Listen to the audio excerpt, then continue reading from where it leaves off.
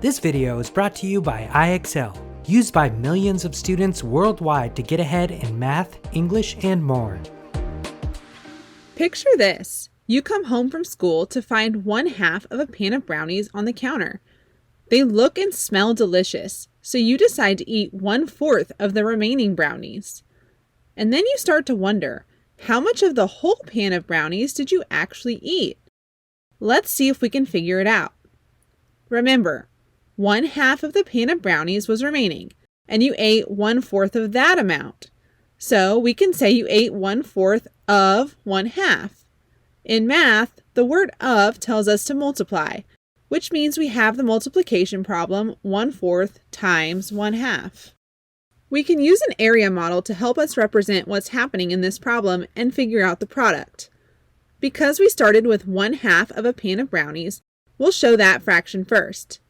In the fraction 1/2, the denominator is 2, which means the whole is divided into 2 equal parts. And the numerator is 1, which means we actually have one of those 2 parts.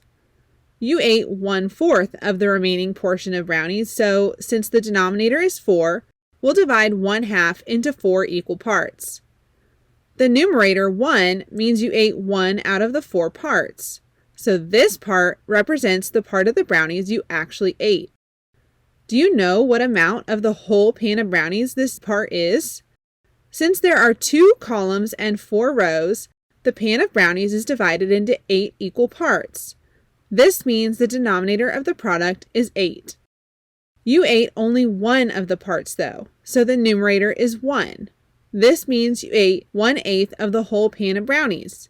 So 1/4 times 1/2 equals 1/8, which was represented in the area model by this section here. Great!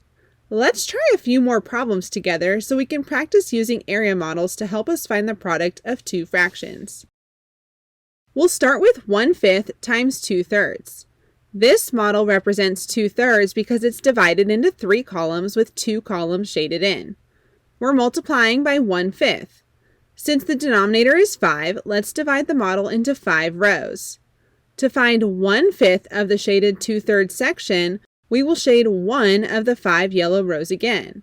So how many parts out of the whole were shaded twice? Since this area model has 3 columns and 5 rows, there are 15 equal parts in total. This means the denominator of the product is 15. There are 2 parts we shaded twice, so our numerator is 2. The product of 1/5 and 2/3 is 2/15. Here's another problem for us to try. 3/4 times 1/6.